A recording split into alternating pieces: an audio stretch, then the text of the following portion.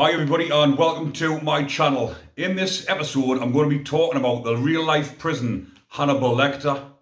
Now this murder took place in HMP Cardiff in 2000.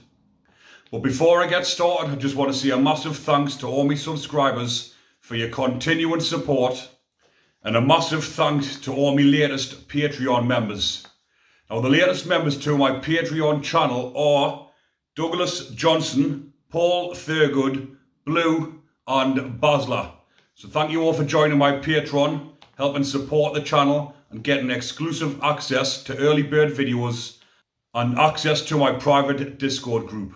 In April 2000, Jason Ricketts mutilated his 35-year-old cellmate Colin Bloomfield. Now Colin Bloomfield was only serving a 6-month sentence for child neglect, and Jason Ricketts was serving a 5-year sentence for burglary. And Jason Ricketts was 29 at the time of the murder. But Jason Ricketts had had previous convictions and been to prison previously, and had also previously been in Ashworth Hospital in Liverpool. Now Cardiff Prison, which is in Wales, is a Category B local prison which also houses Category C prisoners, and it has a vulnerable prisoner unit. Now, for the viewers that don't know what vulnerable prisoner is, a VP wing is for people who are on protection and these wings are designed to protect the prisoner from attack from other inmates.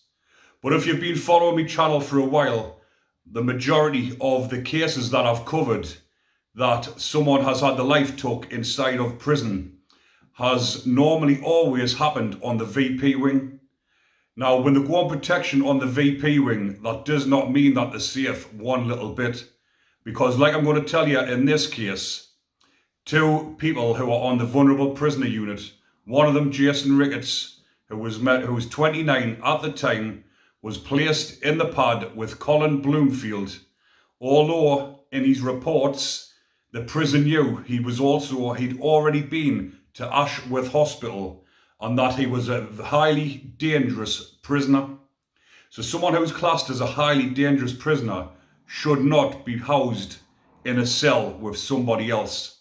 It's normally high risk cell share, which means you can't share pad with anybody else because you've got violent tendencies. But even the days leading up to this murder, Ricketts had told the other lads on the wing that he was planning on mutilating his cellmate just so he could get moved to a hospital, because he's been to a hospital previously and he knows how cushy they are compared to prison. In his mind, he wanted to be in a hospital and he was going to do whatever it took to get back there. So on the day of the murder, Ricketts and Bloomfield were locked in the cell together, and Ricketts had crafted himself a homemade weapon made out of a plastic knife with razor blades melted into the end of it. And on the day of the murder, Ricketts mutilated Bloomfield by cutting him open and taking out his liver, his spleen and his eyeball. And when he eventually pressed the cell bell to alert the prison officers, when they came to his cell and looked through, they were horrified at the scene that they met. I mean, I've mentioned before when I've covered prison murders, where even in Franklin prison, when a paedophile was disemboweled by two other inmates. This one was to the next level because there was just the two of them in the pad, and he actually played around with his organs when he took them out, and he left them on the side of the cabinet. So when the officers looked through and they seen what looked like a butcher shop with pieces of meat on the side of the cabinet, they were scarred for life. So Ricketts had actually cut Bloomfield's stomach wide open, took out the spleen, took out the liver, then gouged out one of his eyeballs with his own fingers and placed them on the side of the cabinet. The whole cell was covered in blood, and 6 officers who were alerted to the scene witnessed what had went on afterwards, and the 6 officers went on to fight for compensation because the scene that they witnessed, they were suffering for years afterwards. And it took a staggering 5 years before they managed to get a payout from the Home Office, when the Home Office finally took responsibility and credibility, saying that they realised this should never have happened and he should never have been housed with another inmate, especially when there was evidence on the wing that he was going around telling the other inmates what he was actually going to do. But on that day when the cell bell went off, the other officers pressed the alarm bell, raising the level to high. And that's when all the other officers came running on the scene, opened the door and witnessed this horrific scene, because for all they knew, the inmate might have still been alive. So it was in their duty of care to still rush in and try and rescue the inmate. So the 6 officers bust in the cell and got Ricketts under control and put him in the restraint move. But as they'd done this, they were covered in claret and they witnessed the horrific scene that was lying on the floor in front of them. And it was in their duty to make sure they could try and save his life if they thought there might have been a possibility. So when these guards were given CPR to the inmate, even though he was already dead, but it was in their duty of care, the scene that they must have witnessed must have been horrific when they're trying to do the CPR with blood all over the pad.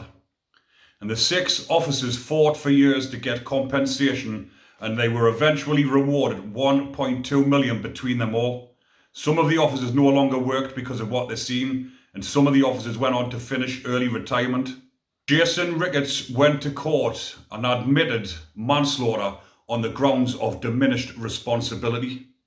And the judge went on to say how sorry he felt for the victim and the victim's family, especially when he was serving such a short sentence, where a 6-month sentence he could be back out in the community within 12 weeks.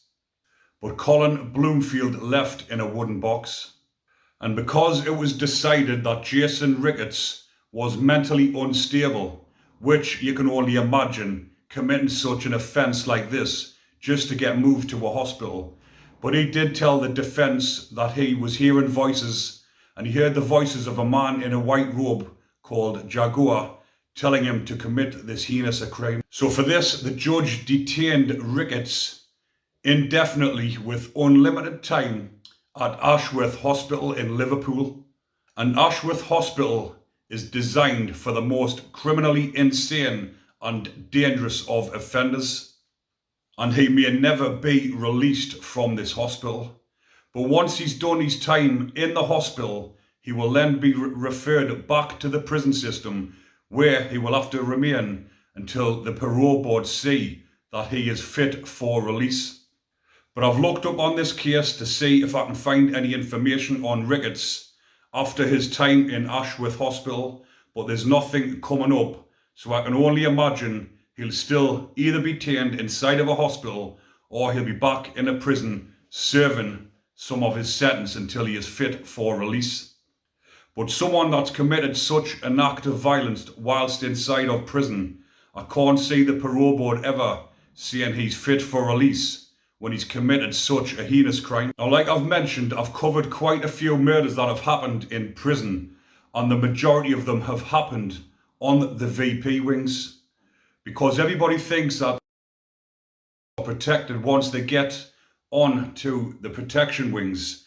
But this is where they come under attack from either the other sex offenders or people that have been transferred from the general population down onto the vulnerable prisoner wing to get protected whilst in prison, because they've either gotten in debt through drugs or they've done something to the other lads on general population and they're in fear of their lives. So they're then transferred down onto the vulnerable prisoner wing to serve out the rest of their time.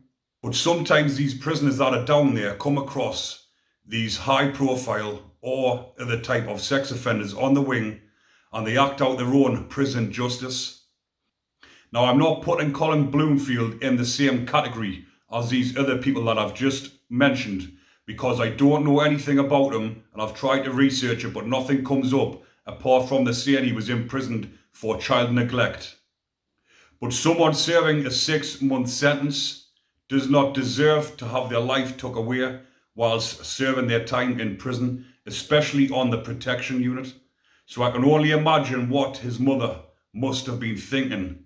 And I do know that his mother was petitioning for the governor's resignation from the prison because obviously, like I've mentioned, there's reports about how high profile he was in prison or such a high risk of violence to other inmates. He went and told the other inmates what he was going to do, and still he was placed in a cell with another prisoner who he then went on to take his life. But this case was brought to my attention by one of my subscribers because I hadn't actually ever heard of this before. And one of my subscribers said, could you please cover the case? I think he might have been down near that prison at the time, or he lived in Wales, and he asked us if I would cover this case. And when I looked into the case and I seen how grisly and dark it actually was, and the subscribers like to hear these type of stories just so they can get an idea how dangerous prison actually is and what actually goes on inside of the place. Because prison is a dangerous and volatile place on a daily basis. And if you're not careful, you can end up losing your life, like Bloomfield and a lot of other inmates who have never made it through the gates alive. But people like Ricketts go unknown throughout the system because the healthcare service in prison is appalling, and there isn't enough staff and nurses to look after inmates like this who are mentally unfit and should never be placed inside the prison population where they can come to harm to other inmates. There's more prisoners like this that need to be assessed and carefully looked at before they're placed in general population, especially ones that have been to psychiatric units before and they've got previous. But like I've mentioned, these psychiatric units are full of dangerous and volatile people. But a lot of the time, because of the mental illness, they don't actually know, or they're not actually capable of realizing what their actions are doing. And that's why when they go to court, they never get charged with, or they get charged with murder, but they're never found guilty on the murder. It's always manslaughter on the grounds of diminished responsibility. But I'll leave that one there for now, people. Hopefully you enjoyed that. If there's anything more you would like me to cover, drop it in the comments.